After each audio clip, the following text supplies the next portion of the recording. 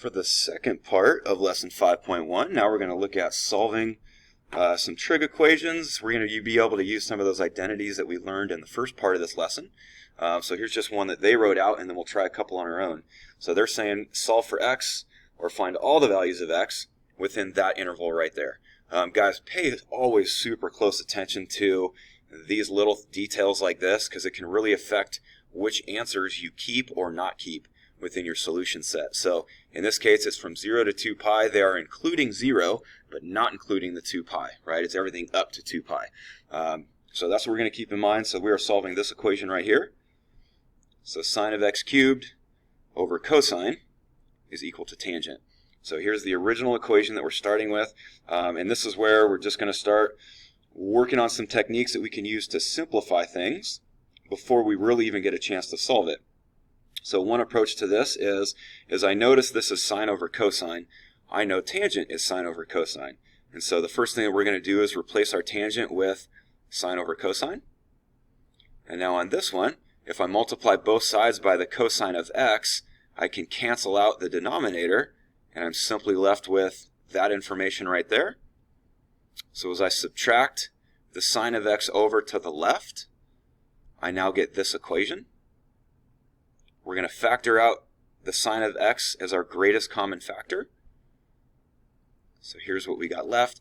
And now here's where one of those identities kick in. And if we look back to the very first identity that we covered of this chapter, which said sine squared plus cosine squared equals 1, let's see real quick how we could rework that in order to fit what I'm seeing right here.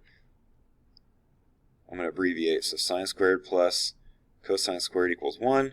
So there's kind of the original identity, but I want to isolate the cosine value so I can get this look right here. So I'm going to subtract my sine squared over.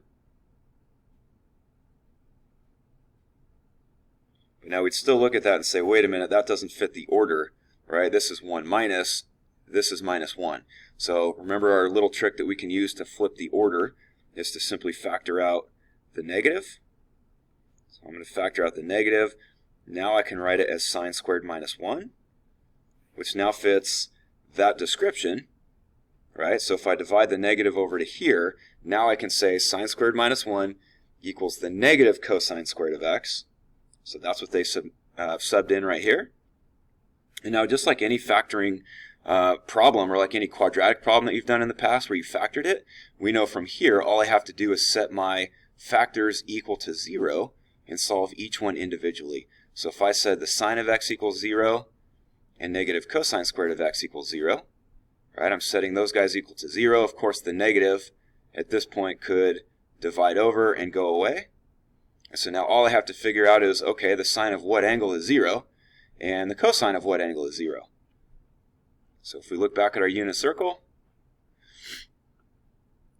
so I get the 0 for my sine at 0 and pi, so I get those two results. Remember, we are including 0, this 0.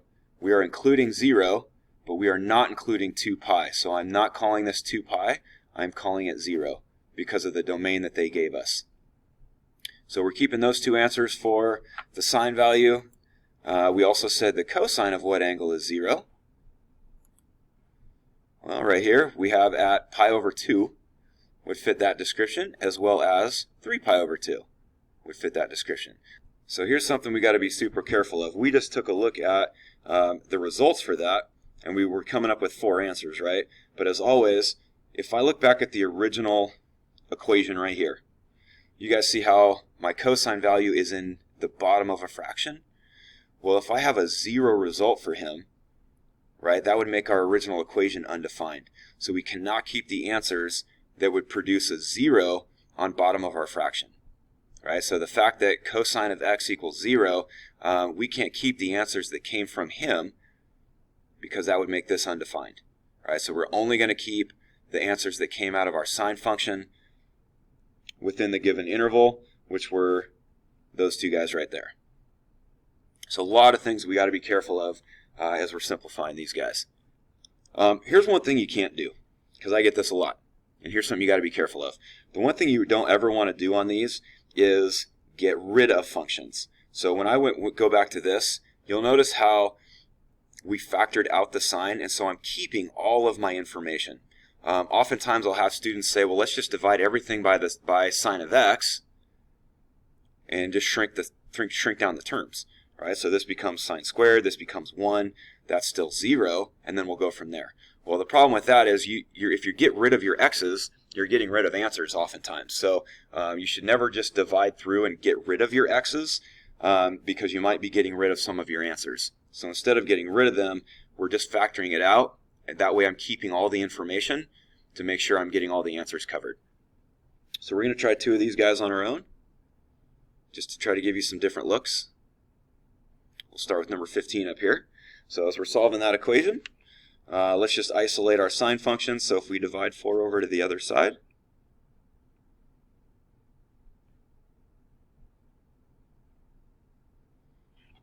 so it looks like this. Now I could square root both sides. So if I square root both sides, I'm looking at the sine of x equals plus or minus square root of 3/4. Of course, that 4 can be simplified. So it's just square root of 3 over 2. Now we're looking at a value that's very familiar to us from our unit circle. So the sine of what angles produce positive or negative rad 3 over 2, right? And so in this case, one thing I don't have to worry about is the whole fraction problem that we saw with the undefined issue in the last question, because there's no fraction here. So that helps a little bit eliminate some of those answers that we wouldn't be allowed to keep.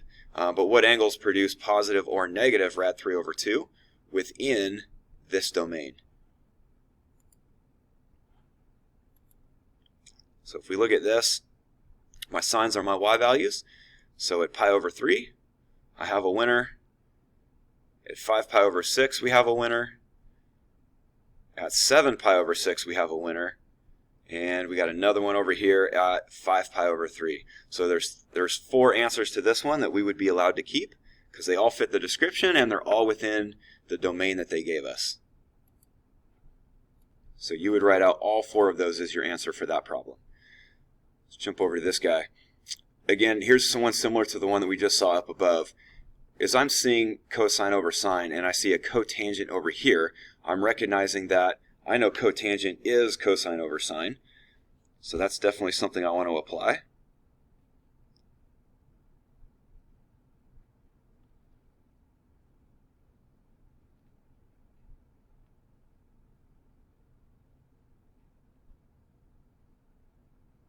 So I get this look here. And just like we saw in the previous question, I could multiply both sides by the sine of x and simply be left with my cosines. Oops, it's supposed to be a 3.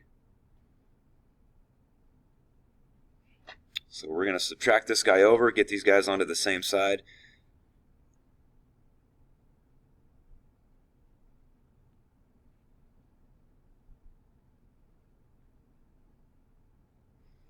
And we are going to factor out cosine.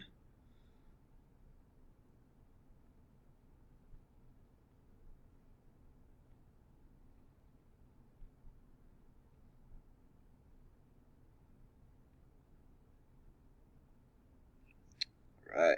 And so from here, one last thing I would do is use our identity to knock out the cosine squared of x minus 1, just like the way we talked about up above, following that same path. So I can replace that with negative sine squared.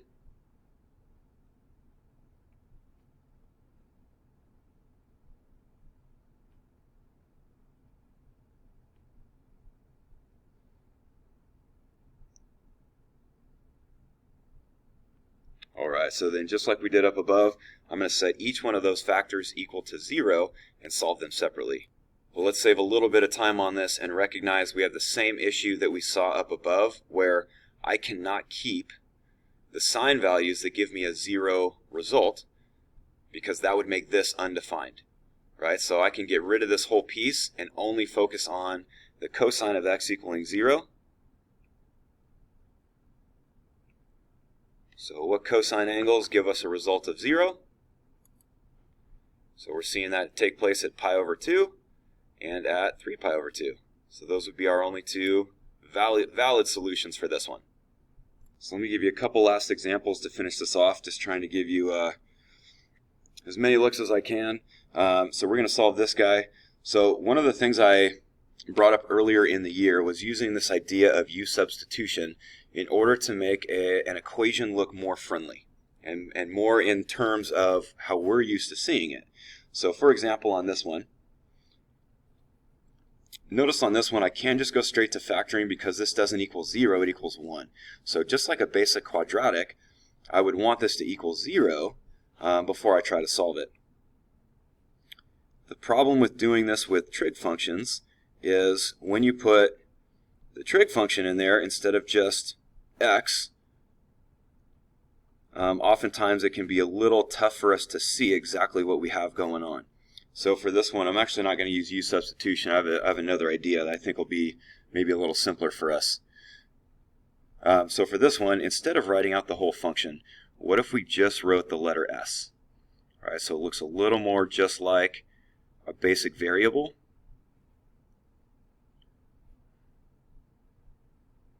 So it looks just a little simpler to work with, right? Like 2x squared plus x minus 1 equals 0.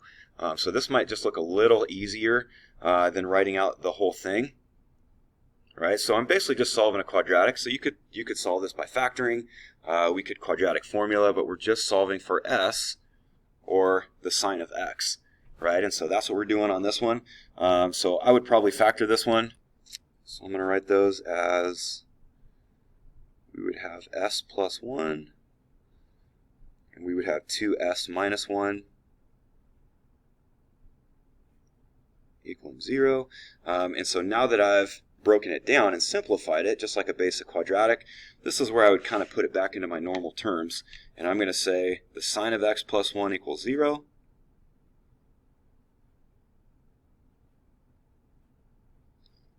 And 2 sine of x minus 1. So those are the two equations we're going to solve. So the sine of what angle is -1. And if I simplify this one, I'm going to add that 1 over and then divide by 2. So we're going to say the sine of x equals 1 over 2. And so here's what I wanted to show you. And this is where we're going to make sure that we're paying careful attention to the domain that we are given. Let's just find these guys first. So if I said the sine of x is -1, so in our unit circle, we're seeing that right here. Our sine value is -1, so at 3 pi over 2,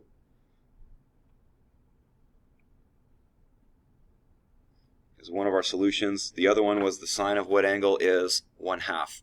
And so I'm going to see that right here at pi over 6, as well as 5 pi over 6. So those are my other two solutions.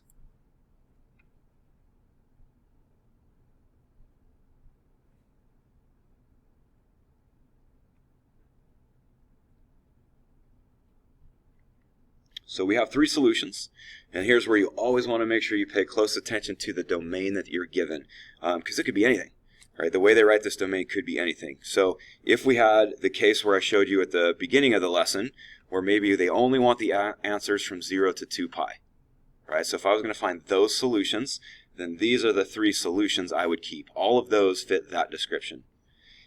If they say, find all the solutions, and that's it, they don't limit your domain like this one did, then here's where we have to tag on this little extra piece in order to show that these answers get repeated forever. So our sine values repeat every 2 pi, right? So if I were to take those three answers, like 3 pi over 2, so in this case, since they want me to find them all that go on forever, I have to tag on this little bit that says that this answer repeats every 2 pi. Right? So that n represents any integer that we want to throw in there that would just show that we get the same value no matter how many laps I take around the circle. Right? And so if they don't limit your domain like this one did, then we want to include this idea in order to make sure we're showing every possible answer and that these go on for infinity.